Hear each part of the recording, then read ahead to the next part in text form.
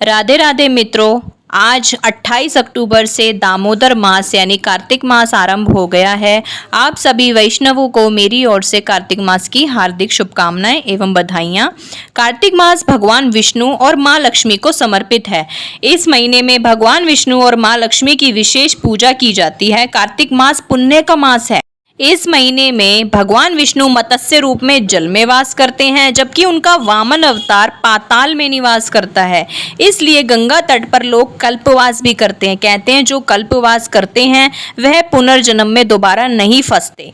मित्रों, आज मैं आपको बताऊंगी कि कार्तिक मास में ऐसे 13 कौन से नियम है जिसका हमें पालन जरूर करना चाहिए, जिससे हमें भगवान विष्णु और मां लक्ष्मी की विशेष कृपा प्राप्त हो। क्योंकि कार्तिक मास यानी दामोदर मास भगवान को सबसे अति प्रिय है। इसमें आप जो भी पुण्य करते हैं ना, वो आपको एक तरह से बोनस की तरह मिलते हैं। एक बोनस का महीना है, जैसे हमें दिवाली पर जॉब करने पर बोनस मिलता है, उससे भी लाख गुना फल इस महीने में पूजा पाठ करने से मिलता है। यह 13 नियम इस प्रकार हैं। पहला, स्नान सूर्य उदय से पहले कर लें। या तो आप नदी में, तालाब के पास अगर रहते हैं तो वहां जाकर जरूर स्नान करें, नहीं तो घर में ही आप गंगा जल मिलाकर अपने नहाने के पानी में स्नान कर सकते हैं। दूसरा, तुलसी के पौधे की पूजा करना इस महीने में विशेष महत्व बताए, क्योंकि तुलसी भगवान विष्णु को सबसे प्रिय है।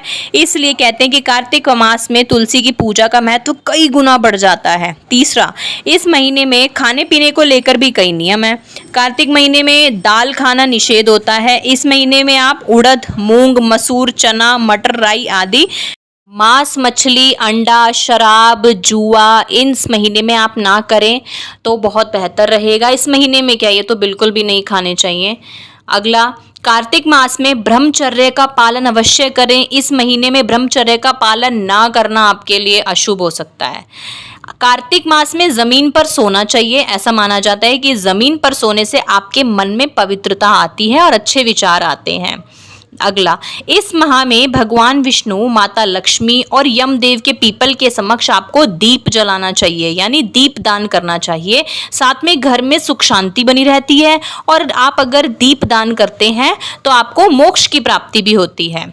कार्तिक महीने में लक्ष्मी स्त्रोत, कनकधारा स्त्रोत और विष्णु स्त्रोत का पाठ करना बहुत फलदायी होता है। ऐसा करने से देह त्यागने के बाद आपको उत्तम लोक की प्राप्ति होती है। जब तक आप इस धरती पे रहते हो ना, आपको सुख शांति प्राप्त होती है।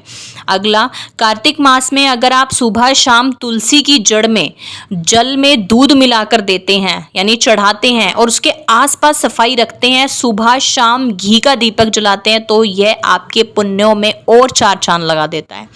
अगला, कार्तिक मास में नियमित रूप से भगवान विष्णु को आप तिल अर्पित करें तो बहुत ही विशेष फल मिलता है।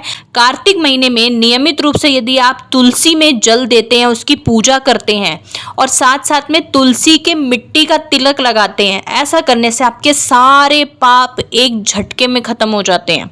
और अगला, कार्तिक महीने में अन्न और वस्त्र का दान अवश्य दें। ऐसा करने से आपको अगले जन्म में गरीब घर में पैदा नहीं होना पड़ेगा और उससे परलोक में भी आपको अन्न धन की कमी नहीं होगी। भगवान की आरती धूप, दीप और कपूर से करनी चाहिए। भगवान की आरती 4 बार चरणों में, 2 बार नाभि पर और 3 बार मुखमंडल पर उतारनी चाहिए। उसके पश्चात 7 बार पूरे अंग की आप आरती करनी चाहिए। भोग में भगवान को जो भी आप अन्न का भोग लगाएं या जो भी आप खाएं, उसका भोग लगाकर ही खाएं। उस खाद्य पदार्थ का भगवान को भोग लगा सकते हैं, क्योंकि भगवान भाव के भूखे होते हैं।